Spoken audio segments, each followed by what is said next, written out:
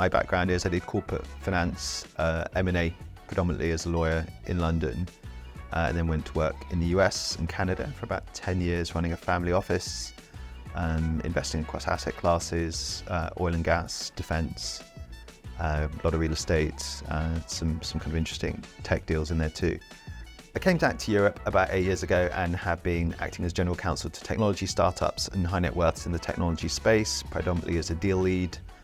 I have been working as a general counsel, so really kind of diving in and filling gaps, figuring out how you do things, how to make things work with interesting kind of frameworks. AI was kind of a favorite of mine since about 2016, 2017. And as a side note, I have a comic business which sort of speculates about the future of artificial intelligence, but that's a sort of geeky one. Today, I am general counsel of Abacus Capital. We are a secondaries investment firm, so we buy shares of founders, predominantly, and early stage investors in late stage European, some international venture businesses. We buy them off the founders and gives us access to information. So think of it as sort of smaller ticket, de-risked private equity or late stage venture. I would say I'm one of those who has sort of kept to themselves sort of work-wise while being here for a while, and has sort of recently sort of found a community of like-minded people who are interested in doing, sort of international techie business things from this as a hub. And that's been a revelation for me, I think. I'm actually a returner. So I had an idyllic childhood here. My dad came over to sell real estate for a developer by the name of Jose Banús, if that puts it in context. This was all fields at that time. I sort of moved away, went around the world, went to some very interesting places, didn't find anywhere better to live, so came back here to have a family and build a life. And I think I've just been very grateful that you can work from here now, whereas you used to have to, the idea of being able to kind of do what I do from Marbella was never really been a reality before. I think sort of COVID changed that, the whole kind of remote working changed that. And then people decided I'm going to live where I want to, not necessarily where someone predetermines. And that's, been an opener for me, certainly. Putting Marbella as an office description would have been something that people just thought you were on holiday, or you had a large international drug smuggling business or were in real estate. That's not kind of true anymore. I think what we found is I think there's always been some very kind of serious people that had places here, came on holiday. I think the last few years and the sort of global transition has led people to be kind of much more intentional about their kind of lifestyle design, and Marbella is reaping the benefits. Climate is obviously a huge thing. We don't have a European climate here. It's not the same as the south of France. It's not the same as Ibiza or anywhere like that, even Barcelona. We have a North African climate, and people don't realize that. Obviously, it means it's a little dry and we get sand in the pools, but it's huge. And I don't know a lot of my friends that can sort of pick their kids up from school on a Wednesday and go and play with them on the beach, like it's nothing. But it's the childhood I had, and I'm very grateful to be able to give that to my son, and at the same time not kind of compromising my own opportunities. Abacus it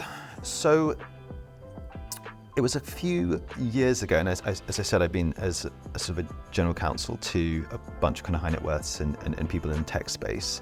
And somebody asked me to structure a second use transaction, knowing I was a sort of private markets lawyer, and so had been for almost 20 years.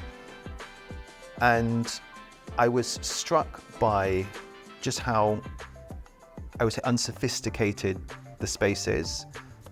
Private markets have grown exponentially in kind of recent years. Think of the venture system. You've got sort of early stage investors, early stage entrepreneurs, you've got multiple kind of rounds as different people of different sizes and different risk profiles come in to support that business as it grows.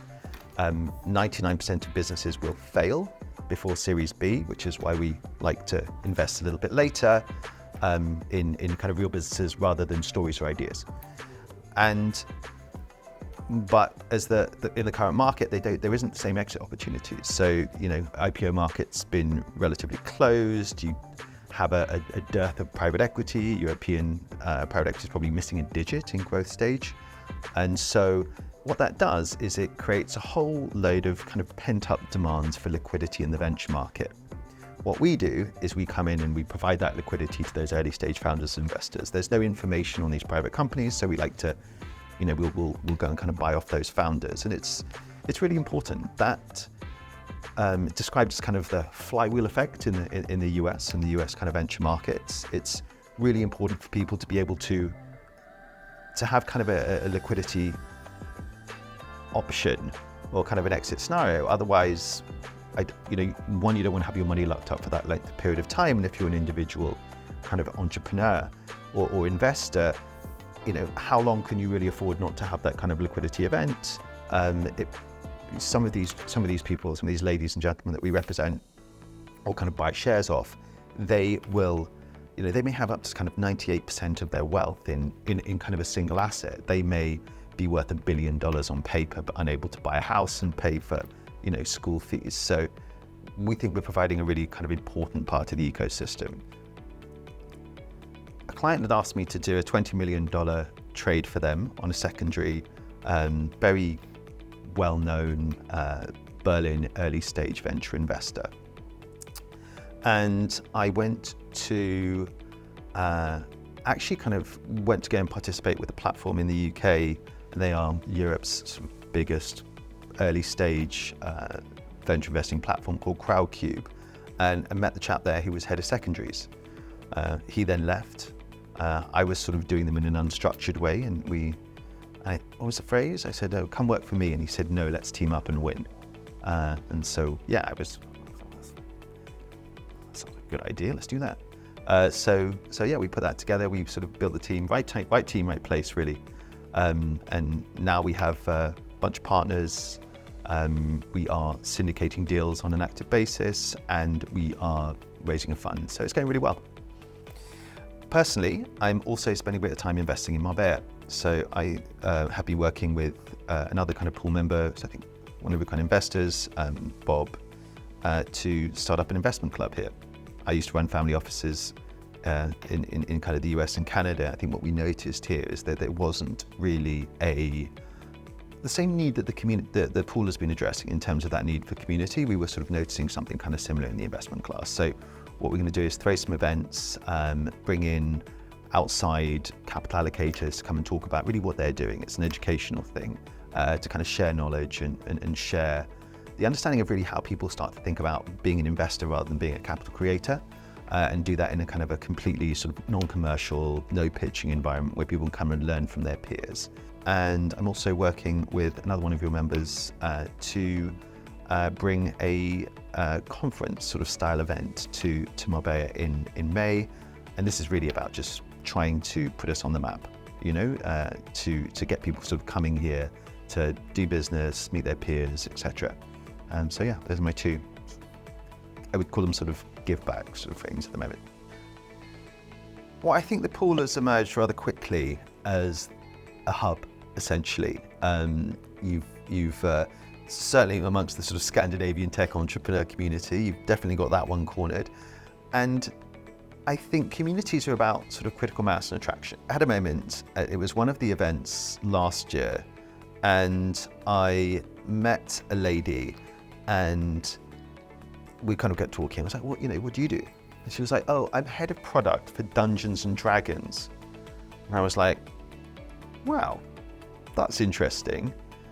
And she said to me, yeah, I usually just keep myself to myself.